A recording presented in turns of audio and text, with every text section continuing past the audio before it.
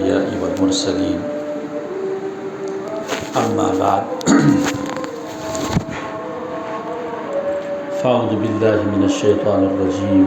بسم الله الرحمن الرحيم أحل الله البيع وحرم الربا صدق الله العظيم وصدق رسوله النبي الكريم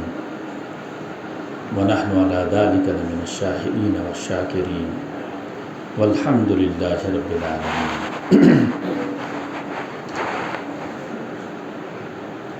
بزرگ اور دوستو،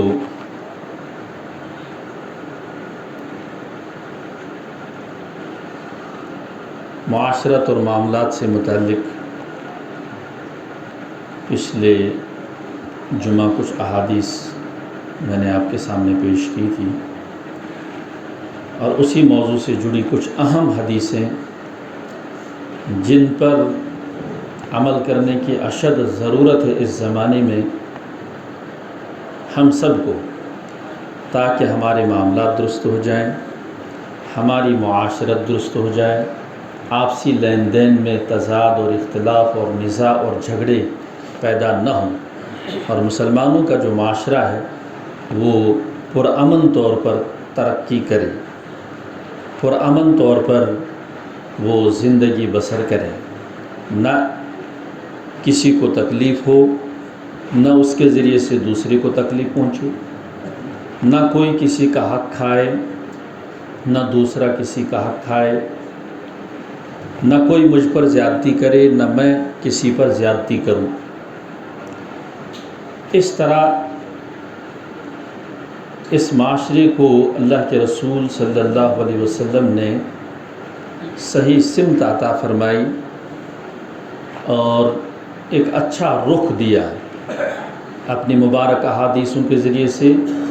اپنی روشن اور مقدس تعلیمات کے ذریعے سے۔ آج بھی اسی موضوع سے چند حدیثیں آپ کے سامنے پیش کرتا ہوں۔ لین دین ہماری ضروریات ہے، خرید و فروخت ہماری ضروریات ہے۔ اس میں سے کوئی بھی بندہ اپنے آپ کو کنارے پر نہیں کر سکتا، چاہنے کے باوجود اس میں انسان کو اترنا ہی پڑتا ہے۔ جب تک والد صاحب حیات ہیں تب تک وہ خود کر رہا ہے، والد صاحب حیات ہیں یا بیمار ہو گئے یا نہیں کر پا رہے ہیں تو ساری ذمہ داری بیٹے پہ آتی ہے، اور پھر بیٹے کو یا ساری ذمہ داریاں اٹھانی پڑتی ہیں۔ تو ایسے میں یہ بیٹا یا یہ بیٹی، بھائی صاحب، ان سب کو لین دین کے معاملے سے، معاشرت کے لحاظ سے اس دنیا میں اچھائی کے ساتھ دن گزارنے پڑتے ہیں، اور یہی تقاضا ہے شریعت کا،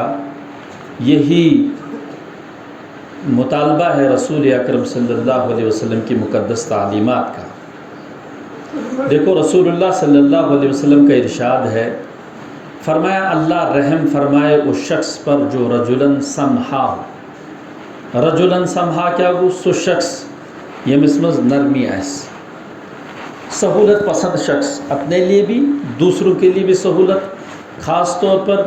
لین دین کے معاملے میں اذا باع و اذا اشترا، جب کوئی چیز بیچے اور جب کوئی چیز خریدے، و اذا اقتضا، اور جب اپنے قرض کا مطالبہ کرے۔ فرمایا یہ نرمی برتتا ہے تینوں جگہ، بیچنے میں بھی نرمی، چلو کوئی بات نہیں 10 روپے کم دے دو، خریدنے بھی نرمی، چلو اگر آپ کو 12 نہیں تو میں 10 روپے آپ کو زیادہ دیتا ہوں، اور قرضے میں کہ چلو آج آپ کی ڈیٹ تھی قرضے کی، اگر نہیں بن پا رہا کوئی بات نہیں، میری طرف سے 10 دن اور مہلت لے لو، 10 دن کے بعد دے دو۔ ایسے شخص کے لیے رسول اللہ صلی اللہ علیہ وسلم فرمایا رحم اللہ، اللہ تعالیٰ کرنے سے رحم، یعنی اللہ تعالیٰ اس پر رحمت، ایک تو وہ رحم اس کو عشر میں استعمال کرن، وہ عام طور پر صحیح جگہ استعمال نہیں ہوتا ہے، اس میں ناراضگی ہوتی ہے، خدائی کرنے رحم مطلب تو کوئی نہ کرن، لیکن جب اس کو رحمت کے معنی میں لیے تو یہ ایک دعا بن جاتی ہے، اس صورت میں بھی دعا ہے لیکن عرف کا استعمال ہے۔ تو فرمایا رحم اللہ، رحمت کا معاملہ فرمائے، ایسے شخص پر جو نرمی کا معاملہ کرتا ہے، اپنے لین دین جو آس پاس میں لوگ ہیں ان کے ساتھ نرمی کا معاملہ کرتا ہے۔ اسی طرح سے رسول اکرم صلی اللہ علیہ وسلم نے فرمایا، حضرت حذیفہ کی روایت ہے، ان رجلا کان فی من کان قبلکم، تۄہہِ برونٹھ اوس اکھ شخصا، یعنی اس امت سے پہلے ایک شخص کا واقعہ اس میں سنایا، فرمایا اتاہ الملک لیقبض روحہ، ملک الموت اس کے پاس آ گئے اور اس کی روح قبض کرنے کے لیے اس کو کہا کہ فقیر لہ هل علمت من خیر، کوئی خیر کا کام کیا ہے زندگی میں؟ چلو اب تو آخرت میں آ رہے ہو، ہمارے ساتھ آنا ہے، روح قبض ہونے والی ہے۔ تو ملک الموت اس سے کہہ رہا ہے، اس لیے کہ حضرت موسیٰ علیہ السلام کے زمانے سے پہلے تو جو روح قبض کرنے والا فرشتہ سامنے آتا تھا، شکل مریض بیمار سب دیکھتے تھے، لیکن بعد میں سامنے آنا بند کر دیا، بس اب اس کی شکل نظر نہیں آتی، اس کی کاروائی سب کو نظر آتی ہے لیکن شکل نظر نہیں آتی۔ تو فرمایا کہ یہ شخص اس سے مریض سے بیمار سے پوچھ رہا ہے کہ تمہاری موت کا وقت قریب ہے، بتاؤ حل علمت من خیر، کوئی خیر کا کام دنیا میں کیا ہے؟ تو اس نے کہا ہے ما عالم، میں شن بظاہر باسن مجھے تو کوئی خیر کا کام مجھے لگتا نہیں میں نے کیا ہے۔ فرشتہ اس کو کہہ رہا قیل لہ انظر، سو کر غور و فکر، سو وچ کہاں نیک عمل میں سے یاد پانی۔ قال ما علم شيئا غیر انی کنت ابایع الناس فی الدنیا واجازیہم، مجھے کوئی نیک عمل یاد نہیں آ رہا سوائے اس کی کہ میں دنیا میں لوگوں کے ساتھ لین دین کرتا تھا، خرید و فروخت کرتا تھا، تو واجازیہم، میں ان کے ساتھ نرمی کرتا تھا۔ فانظر الموسر واتجاوز عن المعسر، میں تنگ دست آدمی سے اس کو مہلت دیتا تھا، اس کے ساتھ نرمی کرتا تھا، اور اسی طرح سے جس کے پاس قرضہ موجود نہیں ہوتا تھا تو میں اس کو مہلت دیتا تھا، دونوں آدمیوں سے میں لین دین میں نرمی کرتا تھا۔ تو اللہ تعالیٰ نے اس سے فرمایا کہ تو نے میرے بندوں کے ساتھ دنیا میں نرمی کی ہے، قرضہ مانگنے میں، قرضہ دینے میں، اپنا مطالبہ مانگنے میں آپ نے نرمی برتی ہے، تو فَأَدْخَلَهُ اللَّهُ الْجَنَّةَ، اللہ تعالیٰ نے اس کو جنت میں داخل کر دیا۔ اسی طرح سے اللہ کے رسول صلی اللہ علیہ وسلم نے اسی لین دین کے بارے میں فرمایا ایاکم وکثرت الحلف، اور حلف دونوں طرح سے پڑھ سکتے ہیں اس کو، ایاکم وکثرت الحلف، تمہیں کثرت کے ساتھ قسم کھانے سے بچنا چاہیے، چونکہ یہ تجارت کا مضمون ہے، اس لیے تجارت میں عام طور پر دکاندار بہت جلدی اس میں قسمیں کھاتے ہیں اور کثرت کے ساتھ قسمیں کھاتے ہیں، تو اس لیے فرمایا کہ ایاکم وکثرت الحلف، تمہیں زیادہ قسمیں کھانے سے بچنا چاہیے، بئی میں، فی البیع، خرید و فروخت میں، فَإِنَّهُ يُنَفِّقُ، بسا اوقات تم قسم کے ذریعے سے گاہک کو، خریدار کو بھروسہ دے سکتے ہو اور اپنا سامان بیچ سکتے ہو، لیکن ثُمَّ يَمْحِقُ، بالآخر یہ کثرت کے ساتھ قسم کھانا تمہارے کاروبار کو بے برکت بنا دے۔ وقتی طور پر انسان دبن کہ وہ تو قسم کھاتا ہے، بل دکھاتا ہے، وہ دیکھتا ہے، لہٰذا یہ تو اچھا دکاندار ہے اسی سے لینا چاہیے، یہ تو اچھا ٹھیکیدار ہے اسی سے لینا چاہیے، یہ تو اچھا ڈسٹریبیوٹر ہے اس سے مانگنا چاہیے، اس لیے کہ وہ تو قسم کھا کے بولتا ہے، اب اس جھوٹ کہاں بول سکتا ہے؟ لیکن قرآن اس کو کہہ رہا ہے کہ نہ، یہ جو قسم کے ذریعے سے اپنے کاروبار کو رواج دے رہا ہے، فرمایا وقتی طور پر کیسے رواج بڑھے گا یہ، لیکن ایک وقت آئے گا ثم یمحق، پھر اس کا کاروبار اس میں بے برکتی ہو جائے گی، ختم ہو جائے گی۔ اسی مضمون سے جڑی دوسری حدیث حضور علیہ السلام کی ہے، فرمایا الحلف منفقۃ للسلعۃ، قسم وقتی طور پر کاروبار کو بڑھاتی ہے لیکن ممحقۃ للبرکۃ، برکت کو ختم کر دیتی، وقتی طور پر کاروبار کو بڑھائے گی لیکن آخر میں یہ کثرت کے ساتھ قسم کھانا انسان کے کاروبار کو بے برکت بنا دیتی۔ آگے چلتے ہیں، حضرت ابو ذر کی روایت ہے، حضور علیہ السلام کا ارشاد ہے، فرمایا ثلاثۃ لا یکلمہم اللہ یوم القیامہ، تین بندے ہیں کل قیامت میں اللہ تعالیٰ ان کی طرف رحمت کی نظر سے دیکھیں گے، بالکل ناراض ہوں۔ فرمایا لا یکلمہم اللہ، نہ تو ان کے ساتھ بات کریں گے، ولا ینظر الیہم، نہ اللہ تعالیٰ ان کی طرف رحمت کی نظر سے دیکھیں گے، ولا یزکیہم، نہ ان کا تزکیہ کریں گے، مطلب صفائی ستھرائی وغیرہ کر کے چلو، رو دھو کر گناہوں کو صاف کر دیا، معاف کر دیا، چلو اب تمہارے ذمہ کوئی گناہ نہیں ہے، جاؤ جنت میں جاؤ. ان کا تزکیہ بھی نہیں کریں گے. بہت سارے لوگوں کا تزکیہ اللہ تعالیٰ سرسری کریں گے، لیکن بہت سارے لوگوں کا تزکیہ جہنم میں ڈال کر کیا جائے گا. جس نے کلمہ پڑھا مگر تنپت پکن ووٹ کن کی ہی کلمہ پڑھا آگے نہیں چل پایا،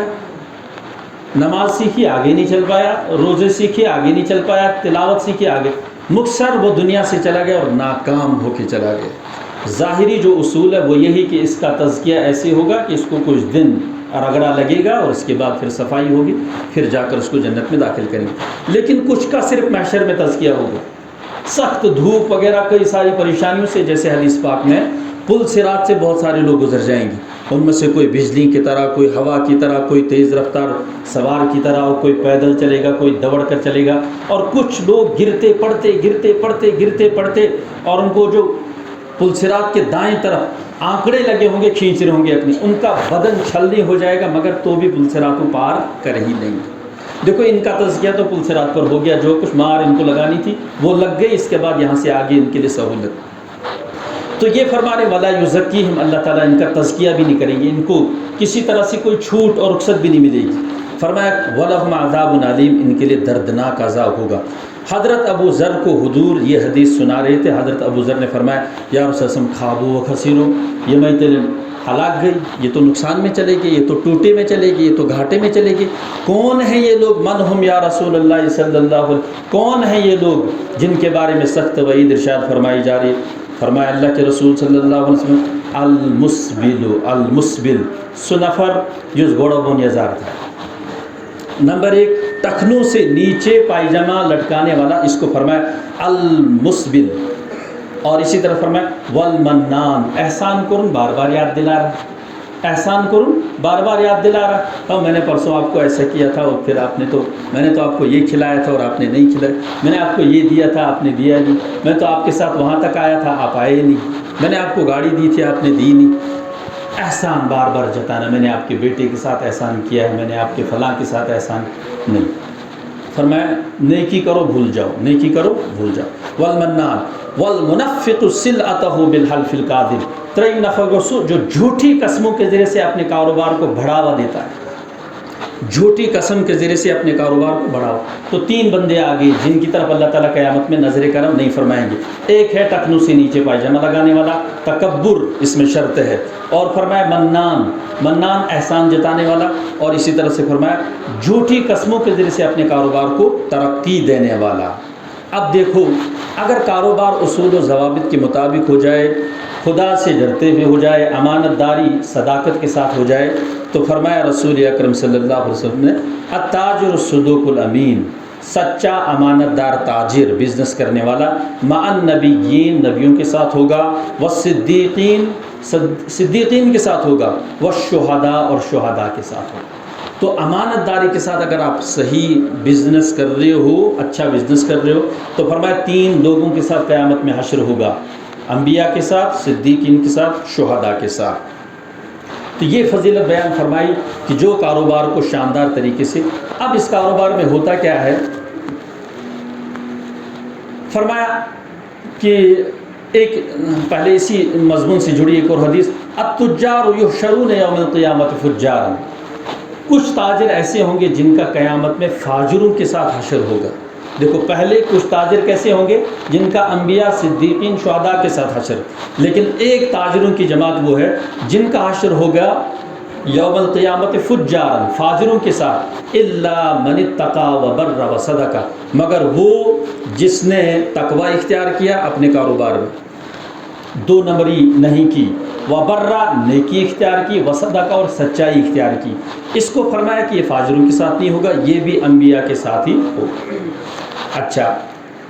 عام طور پر اس بزنس میں سود کا معاملہ ہوتا ہے، اور سود کا معاملہ بزنس اور غیر بزنس اس کے ہر ایک کے ساتھ ہوتا. دیکھو لعن رسول اللہ صلی اللہ علیہ وسلم آکل الربا وموکلہ،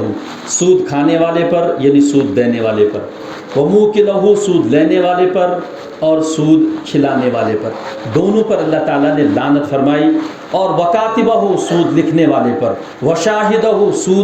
سودی لین دین کا گواہ بننے والے پر فرمایا اس پر وقالہم سواء، ہم سواؤن، انسان جو کھانے والا ہے ہم عموماً اس کو گنہگار سمجھتے ہیں کہ جس نے سود کھایا گنہگار شیئر، مگر جس نے سود دیا نمبر 1، جس نے سود کو لکھا اور اس کا گواہ بنا یہ نمبر 3 جو ہے سود کا گواہ، سود کا لکھنے والا، سود کا دینے والا، یہ تینوں بندے اس کے بارے میں ہم سواؤن، یہ تو کھانے والے کے ساتھ برابر شریک ہیں، جدانس یہ برابر شریک۔ تو بڑے علماء، ہندوستان کے جو بڑے علماء ہیں جن کو ہم یہ کہہ سکتے ہیں کہ عالمی سطح کے علماء، انہوں نے کشمیر کے بارے میں تشویش کا اظہار کیا ہے کہ جموں کشمیر کے لوگ بہت تیزی کے ساتھ سودی لین دین میں غرق ہو رہے ہیں، اور سودی لین دین میں جو قوم پھنس جاتی ہے نا، عذاب یقینی ہے، ان کی پستی اور زوال یقینی۔ ہمارے یہاں کمپلیکس بنا سود لازمی، گاڑی خریدی سود لازمی، یہاں تک کہ شادیوں کے لیے سود لے رہے ہیں، یعنی لون لے رہے ہیں اس میں پھر سود تو بھرنا ہی پڑتا ہے، تو ہر کاروبار کے ساتھ جڑا ہوا ہی ہے۔ اب یہ ایسی چیز ہے کہ اس سے بچ نہیں سکتا انسان، لیکن انسان مکلف ہے کہ آپ جتنا ہو سکے آپ اس سے باہر آ جائیے۔ غبار آپ تک پہنچے گا ضرور، وہ تو حدیث پاک ہے، غبار یا بخار، دو حدیث پاک میں 2 لفظ آئے، سود کا غبار یا سود کا بخار ہر بندے تک پہنچے گا، مگر یہ کہا کہ بچنا ہے تو جنگ اس کے ساتھ یہ اللہ رسول کی فرمائی گئی، اللہ رسول کی جنگ ہے، اور کم سے کم اس کو فرمایا کہ 36 مرتبہ مطلقاً بدکاری کرنے سے یہ گناہ باری ہے، 36 مرتبہ، اور ایک جگہ اپنی والدہ سے نکاح کا ذکر بھی آیا ہے، یعنی اس سے بھی زیادہ سنگین قرار دیا۔ اس لیے کوشش کرنی ہے، ہر انسان کو اس سے باہر آنا ہے، اس سے باہر آنا ہے۔ بہت سارے لوگ پھنسے، آہستہ آہستہ کوشش کر کے اپنا حل نکالنا ہے، اس سے باہر آنا ہے۔ تو چونکہ یہ اس کے ساتھ جڑا ہوا ہے، اس لیے میں نے اس کو ذکر کر دیا کہ اللہ کے رسول صلی اللہ علیہ وسلم نے سختی کے ساتھ ان چیزوں کو منع فرمایا کہ انسان کو اس سے بالکل دور رہنا چاہیے۔ اچھا، اسی طرح سے بسا اوقات ہم میں سے بہت سارے لوگ اپنا مال نکالنا چاہتے ہیں، کسی طرح سے نکل جائے، چاہے کسٹمر کو دھوکہ ملے، دھوکہ لگ جائے۔ دیکھو واصلہ بن اسقع رضی اللہ تعالیٰ نے یہ فرماتے، میں نے خود سنا رسول اکرم صلی اللہ علیہ وسلم کو یہ ارشاد فرماتے ہوئے، من باع عیبا لم ینبہ، جس نے کوئی عیبدار چیز بیچی اور کسٹمر کو، خریدار کو اس پر متنبع نہیں کیا، باخبر کو اس کا عیب اور نقص نہیں بیان کیا، فرمایا لم یزل فی مقت اللہ، وہ برابر اللہ کی ناراضگی میں پڑا رہتا ہے۔ کون؟ خریدار، یعنی دکاندار، بیچنے والا، برابر اللہ کی ناراضگی میں پڑا رہے گا۔ فرمایا کہ او لم تزل الملائکۃ تلعنہ، یا فرشتے برابر اس کو لعنت کرتے رہتے۔ تو 2 چیزیں، جب کوئی چیز بیچنی ہے صاف بیچو کہ بھائی میں اس میں کوئی گارنٹی نہیں دے سکتا، اس میں صحیح حقیقت یہ ہے کہ ابھی تک تو کوئی شکایت نہیں آئی، باقی اس کے بعد اللہ مالک ہے۔ اگر چیز میں شکایت آئی تو آپ بتا دیجئے کہ ہاں میں نے اس کو پہلے ہفتے بیچا تھا، یہ ایک کوالٹی ہے، دوسری کوالٹی، اس کے بارے میں تو شکایت آئی ہے لیکن اس کے بارے میں نہیں آئی۔ البتہ شکایت بھی ابھی تک 1 بندے کی آئی، یا 2 بندے کی، یا 3 بندے کی پورے سال میں، اس طرح سے صاحب بتا دو، اس میں برکت ہے، سامنے والے کو بھی دھوکہ نہیں۔ تو اللہ کے رسول صلی اللہ علیہ وسلم نے بازار کا دورہ کیا، حدیث پاک موجود ہے، مر علی صبرۃ طعام، حضور علیہ الصلوۃ والسلام ایک گلے کے ڈھیر کے پاس سے گزرے، بیچ رہا تھا غلہ بازار میں ایک شخص، فادخل یدہ فیہا، حضور نے چیکنگ کرتے ہوئے بازار کی اس بوری میں ہاتھ ڈال دیا اور نیچے سے غلہ اوپر کی طرف کر دیا، فنالت اصابعہ بلنا، اللہ کے رسول کے دستان مبارک میں تری لگ گئی، مطلب تراوٹ آ گئی، اس میں نمی تھی۔ فقال ما ھذا یا صاحب الطعام، اے صاحب طعام، یہ کیا دلیل، یہ کیا آپ بیچ رہے ہو، گیلا غلہ؟ تو اس نے کہا یا رسول اللہ، اصابت السما، رات کو بارش پڑ گئی تو وہ پانی لگ گیا اس میں، تو پانی لگ گیا تو یا رسول، قال فلا جعلت فوق الطعام، تو یہ گیلا اپنے اوپر کیوں نہیں رکھا تاکہ خریدار ہاتھ لگا کے فیصلہ کرے گا مجھے لینا ہے یا نہیں لینا۔ اور اس کے بعد حضور علیہ الصلوۃ والسلام نے وہ مشہور حدیث فرمائی، من غش فلیس منی، جو بھی دھوکہ دے وہ ہم میں سے نہیں، جو بھی دھوکہ دے وہ ہم میں سے نہیں۔ اس میں جمع کا صیغہ بھی استعمال ہوا، من غشنا فلیس منا، یعنی جو ہم کو دھوکہ دیا، حضور نے فرمایا من غش فلیس منی، جو دھوکہ دے وہ مجھ سے نہیں ہے، اور ایک روایت میں فلیس منا، وہ ہم میں سے نہیں ہے۔ اچھا، تو یہ حدیث پاک بھی آ گئی کہ اللہ کے رسول صلی اللہ علیہ وسلم نے سختی کے ساتھ منع فرمایا کہ دھوکہ ہرگز نہیں ملنا چاہیے۔ اب انسان کو مکلف بنایا کہ وہ کاروبار کرے، لیکن کاروبار میں صحابہ کا طریقہ اپنائے اور نرمی کو عموماً اپنے سامنے رکھے، لیکن نرمی بھی رکھنی ہے زمانے کے حساب سے بندے کو لے کر۔ بہت سارے لوگ ایسے ہوتے ہیں قرض لے کے جاتے ہیں بھاگ جاتے ہیں، بہت سارے لوگ ایسے قرض لے لیا اور نکل گئے، کوئی فکر نہیں دکاندار مجھے تو قرض بھی واپس کرنا تھا۔ اس کو بھی اللہ کے رسول نے فرمایا جو اس نیت سے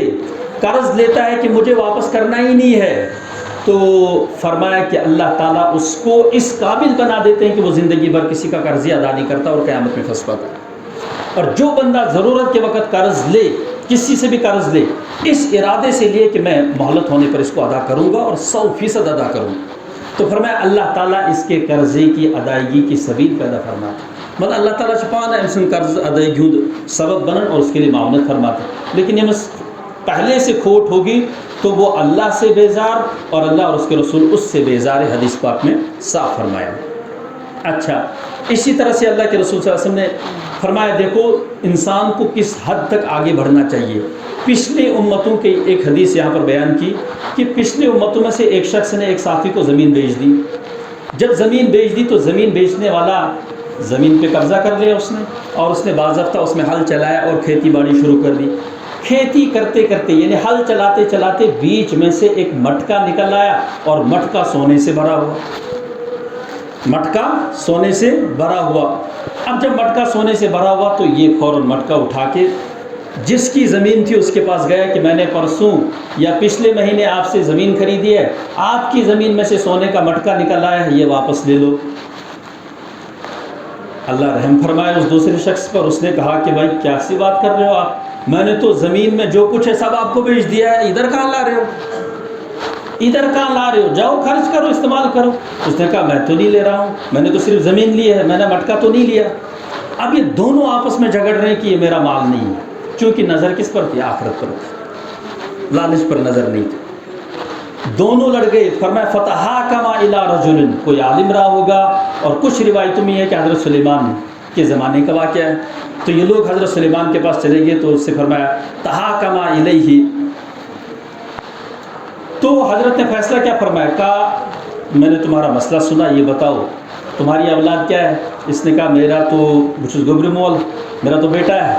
آپ کو کیا ہے؟ اس نے کہا میری تو بیٹی ہے۔ کہا ان دونوں کے آپس میں شادی کرو اور اس مٹکے کے زیورات خرچ سب ان پہ خرچ کرو، باقی جو بچے گا اس کو صدقہ کر دو۔ تو یہ فیصلہ تو نبی ہی کر سکتا ہے، اتنا شاندار فیصلہ کہ تم دونوں آپس میں ان دو کی شادی کرو، تو ویسے بھی پراپرٹی تم دونوں کے بیچ میں رہے گی، آپ بھی سسر بن گئے، آپ بھی سسر بن گئے، تمہارے دونوں بچوں کی پراپرٹی خرچ کرو، جو بچے گا اس کو صدقہ کرو۔ یہ تجارت کے ضمن میں یہ بیان فرمایا کہ انسان کو کس حد تک اترنا پڑتا، پھر دیکھو اللہ تعالیٰ کیسے فیصلے کرتا ہے۔ اب اگر اس نے لالچ کی ہوتی تو چلو ایک ہی کو نفع تھا، نہ تو بچے کی شادی ہو جاتی اور نہ اللہ کی رضا ہوتی، کہ ممکن تھا کہ یہ مشتبہ مال ہے، آپ نے کیسے اس کو لے لیا، آپ نے اس کو کیسے لے لیا۔ اس لیے بزرگوں اور دوستوں، اللہ کے رسول صلی اللہ تعالیٰ علیہ وسلم نے فرمایا کہ جس بندے نے قرض لے لیا اور اس کو قرض دینے کی گنجائش ہے، بیلنس اچھا ہے مگر ٹال مٹول کر رہا، نہیں دے رہا ہے، تو فرمایا مطل الغنی یہ ظلم،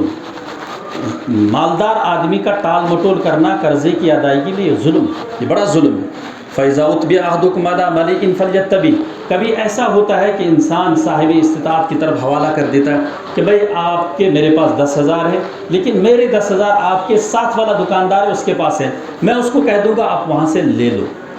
تو حدیث کہہ رہی کہ آپ کو یہ حوالہ قبول کرنا چاہیے اور آپ کو اس کے پاس جا کر وہ پیسے وہاں سے لے لینے چاہیے، ضروری چونکہ ایک ہی بات ہے، آپ وہاں سے لے لو یا یہاں سے لے لو۔ کل ملا کے ہمارے سامنے جو ہے نا یہ تجارت کا باب بہت اہم ہے، اس سلسلے میں فکر مند ہونا۔ قرضہ انسان بقدر ضرورت لے لے، جب ضرورت پڑی تبھی لے لے، لالچ کے لیے قرضہ نہ لے، بینک سے ہمیشہ لون نہ لیتا رہے،